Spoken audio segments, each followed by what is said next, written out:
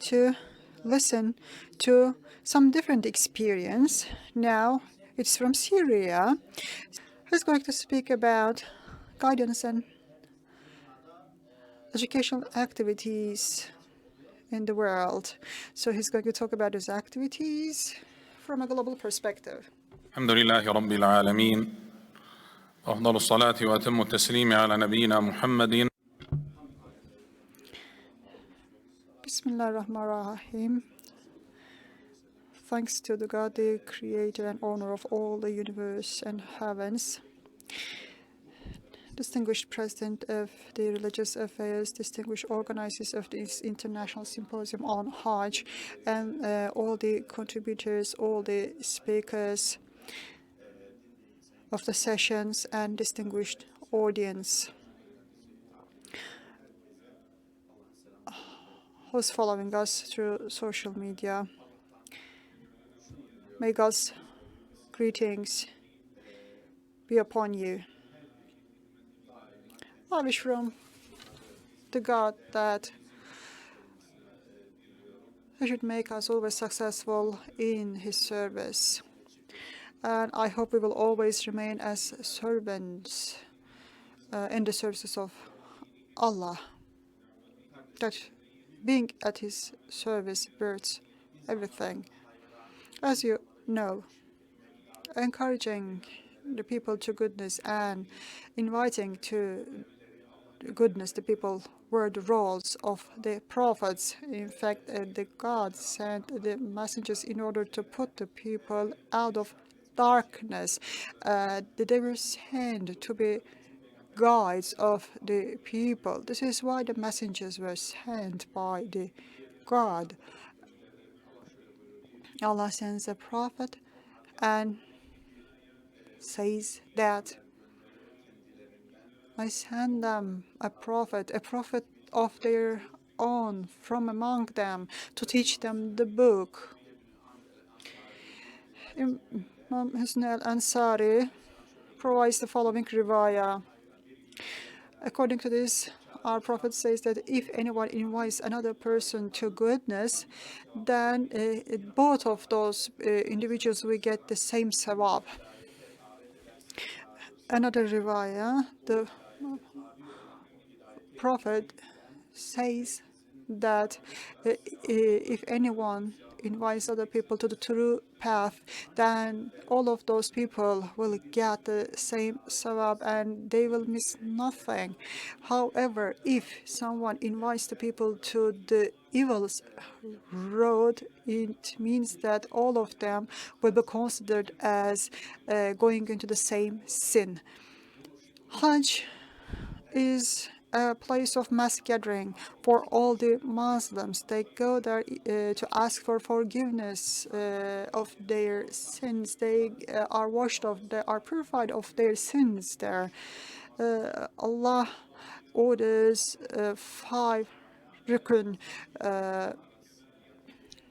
5 times salat day, and also during the weeks of Ramadan, your sins may be forgiven. And then if a believer goes to Hajj, it's another chance for getting purified of its sin. You know the 5 pillars of Islam. It includes Salat, Zakat, Hajj. So for any obligee, these are wajib, these are obligatory ibadas to be performed. When an individual is performing these ibadas, in fact, that person should practice in the correct way. First, it should learn the correct way, and then it should practice in the correct way. It means that first we have to learn how to do the right, how to do it right. If anyone is able to go to Hajj, he or she has to go to Hajj, and before going it, sure, he has to learn about this ibadah, because that ibadah should be performed in a knowing way, in a conscious way, and orders of the God, instructions of the Prophet must be followed in this performance. You know that the High Committee of Hajj in Syria, in fact, is the body that is bearing the responsibility to help the pilgrims perform their ibadah in the best way, in the most acceptable way to God. And in fact, all our guidance activities and training activities, in fact, serve to this purpose. For every 50 pilgrims, there is a guide. This is how we make the appointments, and also there will be a training of 3 months. The Hajj practices will be taught, and when the ibadah of Hajj starts, they do it very prudently, with great consciousness, and they do their ibadah for the sake of Allah, with great awareness. Starting from the very beginning of this holy journey, the pilgrims are accompanied by the guides in certain time periods for each part of the ibadah, for each action. In fact, there are guides there to provide information to the pilgrims. These are my main bullet points in the rest of my presentation. I'll talk about my study, its importance, some theoretical background, the plan, the accompaniment provided to the pilgrims, and some new roadmaps, conclusions, and recommendations. I will end with some examples from religious guidance activities. And I know that you will get a detailed full text of my speech later on. You know, the issues start with the very beginning of any ibadah. When a Muslim starts an ibadah, the fard, the wajib, the sunnah parts should be very well known by the Muslims. However, we see a great deal of lack of knowledge among the Muslims, and this lack of knowledge especially is applicable regarding Hajj, which is one of the pillars of Islam, one rukun of Islam. So we are the officers who are working in the field of religious affairs. It means that we have a responsibility. We have to make use of our offices to inform the people so that people will be guided appropriately when they are doing their ibadah for the consent of God. Our role is to train the pilgrims and help them fulfill their responsibilities. In fact, all we want to do is to help them so that they can practice as ordered and instructed by God and as shown by the Prophet. You know the practices can be learned from the Prophet. Let me talk about our committee. The committee mostly works about the practical affairs. Of course, we benefit from the knowledge generated by the scholars, especially for the last 6 years. Our operations are going on. In fact, according to our studies, we can say that we attained the highest standards in the Islamic world. And you know, the Hajj Committee provides training and education to the pilgrims, pilgrim candidates. However, the trainers should have experience. They should have been to Hajj before so that they can give this training. And the guides, those people who will provide the guidance should fulfill certain requirements. They need to have a master's degree, a PhD degree in the field, and they must have some Hajj experience beforehand. And those guides will be fulfilling some official duties, and for proper, they need to follow certain procedures. They need to employ certain methods. They need to work in a certain way. They need to have a certain modus operandi. And those trainers should have some religious experience. They need to pass a test. This test, in fact, is both a verbal examination and interview, and also a written exam. There are some requirements, some qualifications to be fulfilled. All around the world, you can find different requirements. Each country, each nation may have its own specific requirements. It depends on the time, it depends on the applicable and prevailing circumstances in that country. As for the scientific background, in fact, of course,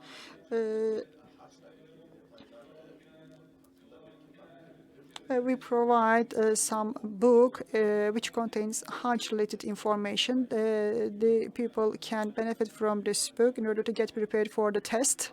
The rukun, the elements, the ihram prohibitions and bans, they're all explained in that book.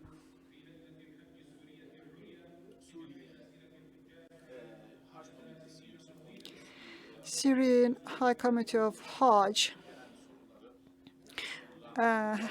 has been answering the incoming questions for many years, and we compiled all these questions in a book. And the information that is available in this book, in fact, it may be helpful to many people. In fact, we provided a copy of that book to you. In training and in guidance, we also use different stylistics. We also use social media, different tools. I'm sorry, I'm trying to speak very quickly because of time limitation, so sometimes I skip certain items. The Syrian Hajj Committee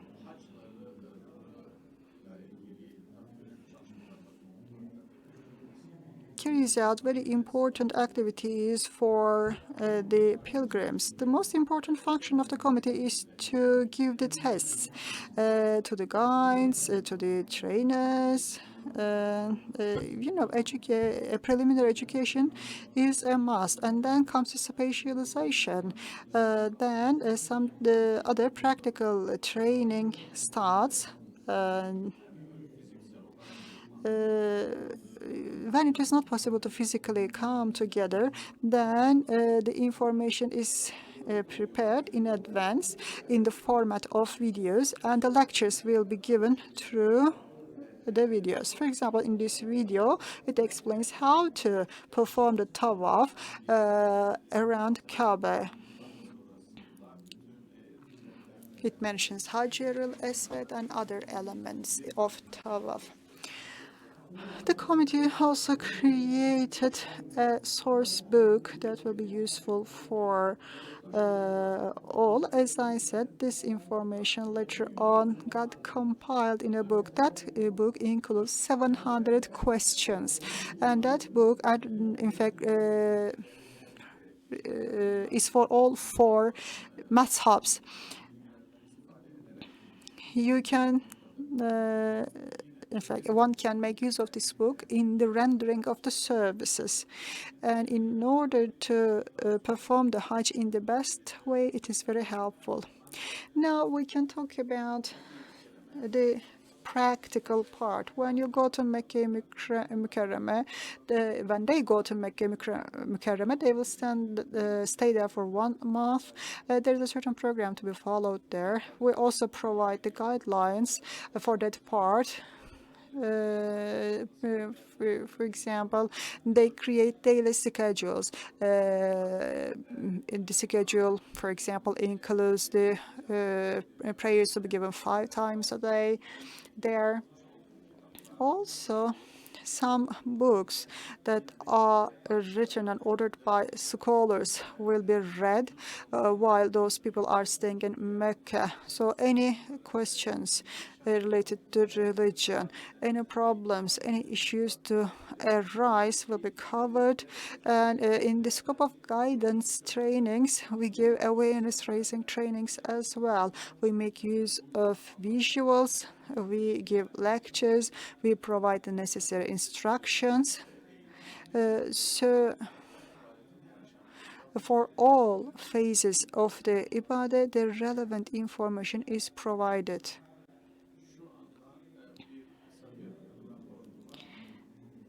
Here we have a short video again.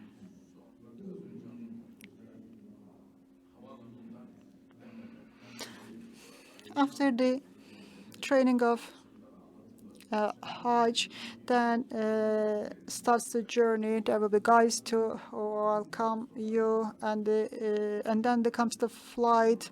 And before the passengers arrive in the Holy Land, the guides will prepare all the potential pilgrims spiritually, and also the guides are there in order to accompany all the pilgrims to the hotel and during their journey in the Holy Land. Well, would you please wrap up in 2 minutes?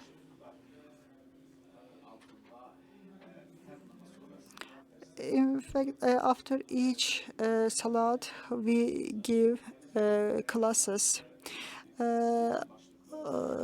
For each guide, we have different topics. We try to avoid repetitions, and this is how we make sure of our guidance activities on Arafah and on Hajj days. Then they continue their work. I have many visuals about the services that are provided during Arafat and Hajj days. We also use those visuals. In fact, also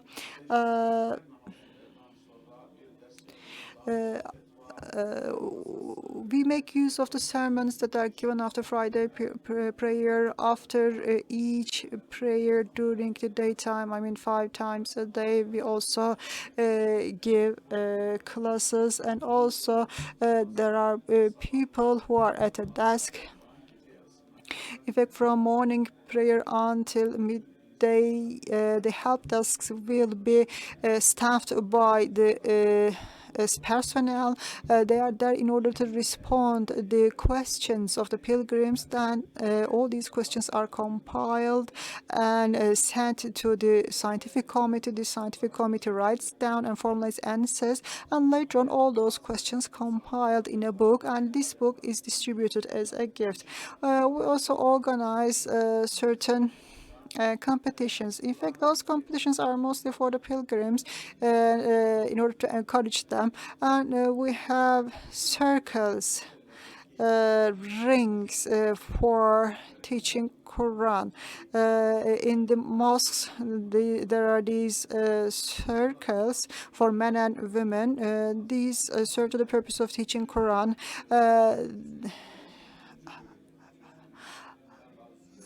A certain surah, the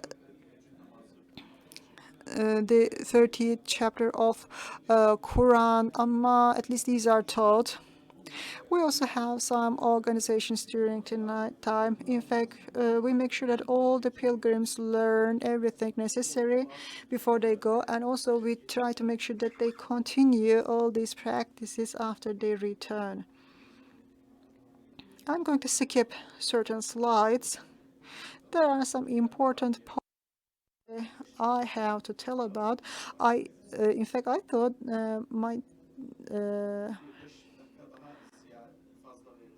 I was given 30 minutes, but when I heard that I just had 15 minutes, I am surprised. Okay, you can have 5 minutes in addition. You have a very strong presentation, so you can have 5 more minutes. Well, in Medina Munawwara, we also have different programs to be followed. And in fact, I'm going to finalize with this one. Here I conclude. In Mecca and Medina, there are some historical sites, and those sites are visited. After the tawaf, again, we go to Medina and we give salawat to the Prophet, and then we give our prayers. And later on, we follow the Prophet's sunnah, Uhud mountain, and the Hendek battlefield, and all other similar important sites and locations will be visited, and the Holy Lands which were visited by the Prophet will be visited too. Now, recommendations. Of course, Hajj is an important opportunity in terms of guidance activities, in terms of training and education. So this opportunity should not be missed. And we know that, in fact, this is an important responsibility that is imposed on the guides, and we have to make sure that all the programs are followed in the correct way. So the guides who are carrying out the guidance activities must be specialized in their topic, and Hajj is a training and educational process for all the pilgrims. They need to make good use of this. We recommend some pre-training before the Hajj. All the tools need to be used, and the scholars must be used. Sharia, Sunnah, date, nighttime, prayers, zikr, and similar ibadah should be encouraged. And planning is a necessity, is a must. An organization should be well planned. And an Islamic invitation needs a plan. Sometimes you cannot get the desired benefit. You need to be aware of this. And all these activities should proceed in a friendly environment, and communication should be very strongly implemented. I tried to give some. I will give you some examples very quickly. You see our schedules for the Salat. This is about the operations of the Fatwa desk. You see the schedule. It starts with the morning prayer. It continues until midnight. This is the daily schedule, daily working schedule. Tarwiyah day, this is the day before Eid al-Adha. So for each guide, there will be around 50 people, and this form is for those people to whom the guide will be responsible. And this is like a